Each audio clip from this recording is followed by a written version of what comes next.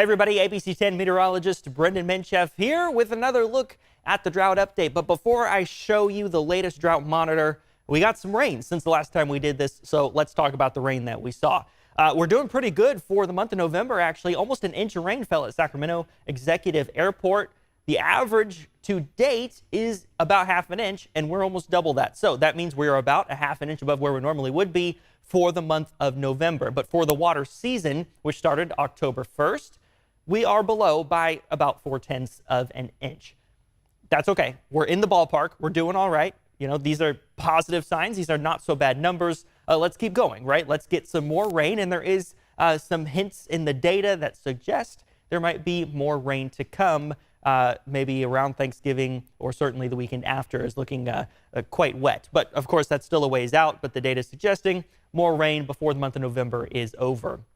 But in terms of what we've seen so far, state of California, all of us have seen some rain at this point. Palm Springs, about 1/4 of an inch of rain. San Diego, just over an inch. Los Angeles, just over 2 inches of rain. San Joaquin Valley, about half an inch of rain until you get towards Stockton. Stockton saw about 1.25 inches. Again, Sacramento, just under an inch. About 1.5 inches in San Francisco. Same deal in South Lake Tahoe. That's what we've seen. This is the departure from normal. And not everywhere is above the average. Some places are. Los Angeles, about 1.25 inches above where they normally would be to this time in the water year. San Francisco above average. Stockton about 1/10 of an inch above average so far on the water year. That's good for them.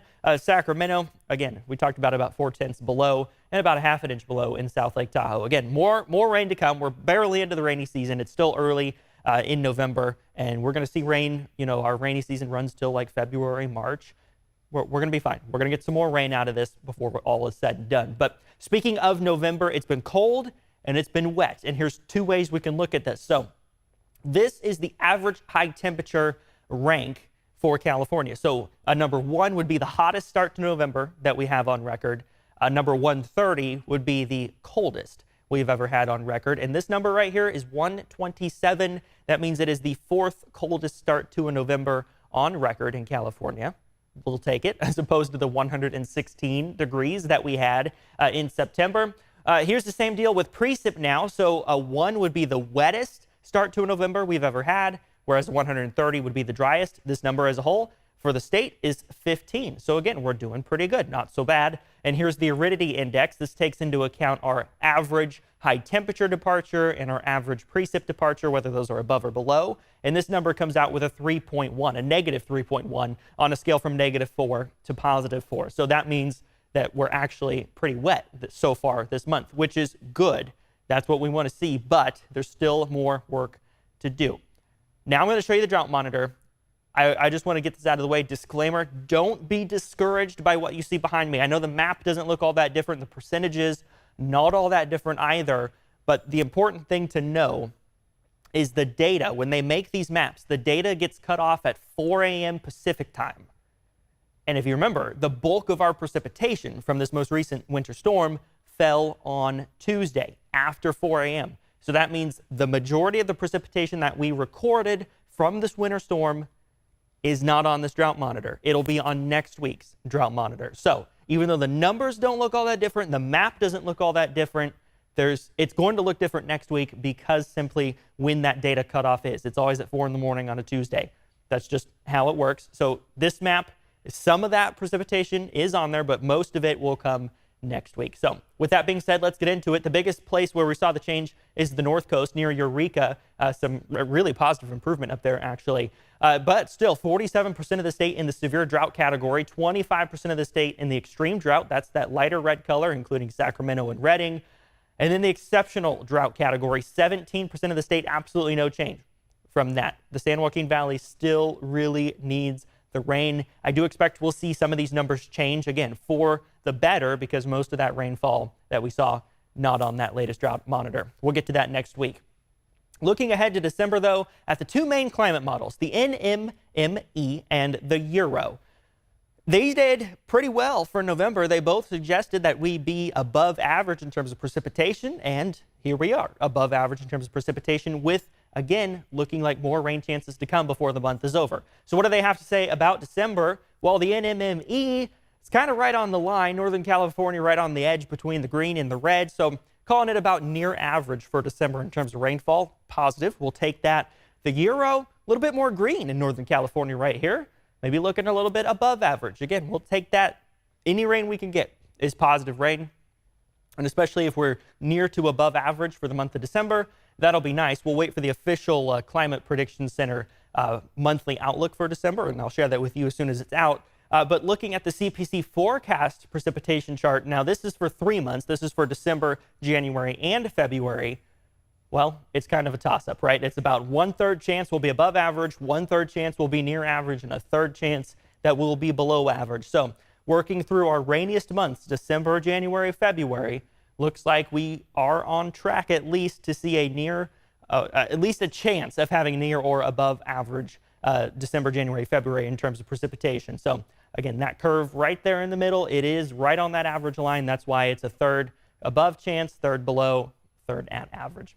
Again, we'll keep an eye on that, but it does suggest that there is more rain to come and that we could have some more rainfall. But we need a lot of rainfall. One of those reasons, not only to pull us out of drought, but we need the snowpack. The snowpack helps us in so many ways because once the rain stops, that snow is sticking around through at least the first few months of the late spring and early summer. And that snowpack, we use it for stream flow, which helps fish, of course, but that stream flow and that water that melts from the snowpack goes into reservoirs, goes into lakes, goes into the groundwater, helps replenish our groundwater, all of which we draw from for sources like agriculture, for household use. And again, I mentioned it, the fish use it, and some places use it for hydropower as well, hydroelectricity generation. Last time we talked about SMUD and how they cloud seed specifically to get more snowpack so that it'll melt off into their hydroelectric dams.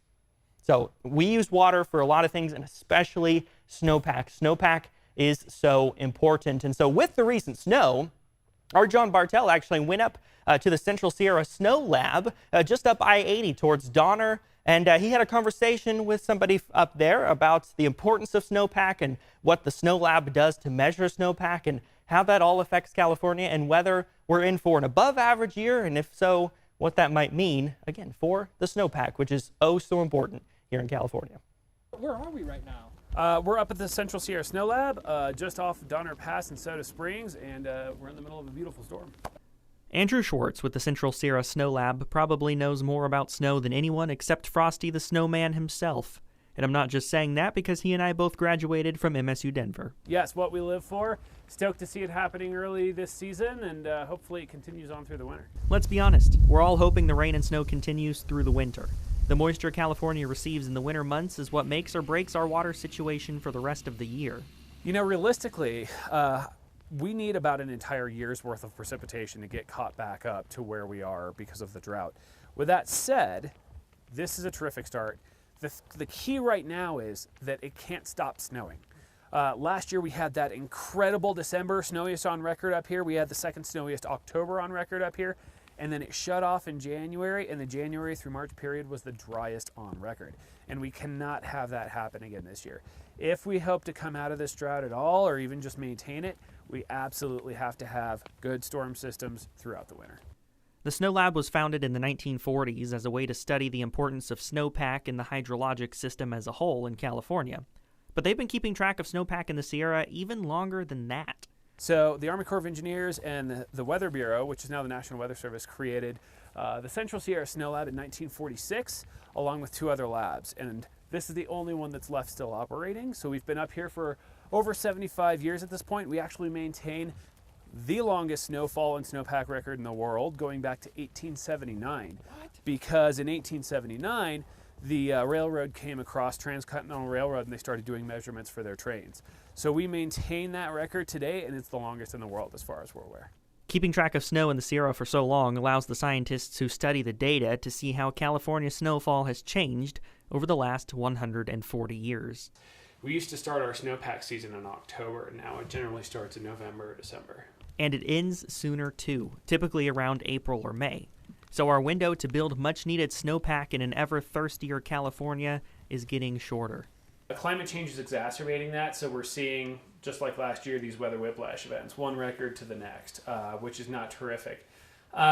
So, you know, I guess when we're talking about climate change, it's a little pessimistic, but, you know, we can still do something about that. So as long as we get things under control now, there's definitely some optimism for the future too. Andrew says the outlook, well, it's not looking so good right now. Warmer and drier than average conditions are likely for much of the winter. That being said, that was our forecast last year, and we were one of a few spots in the entirety of California that actually wound up with average precipitation last year. So the outlook's not looking good. With that being said, there's definitely time for that to change, and we can't ask for a better start to it than this. We're hoping that you're wrong. I'm hoping that I'm wrong too. Nothing makes me happier than when we get massive storms and I'm like, well, that's not dry weather, is it?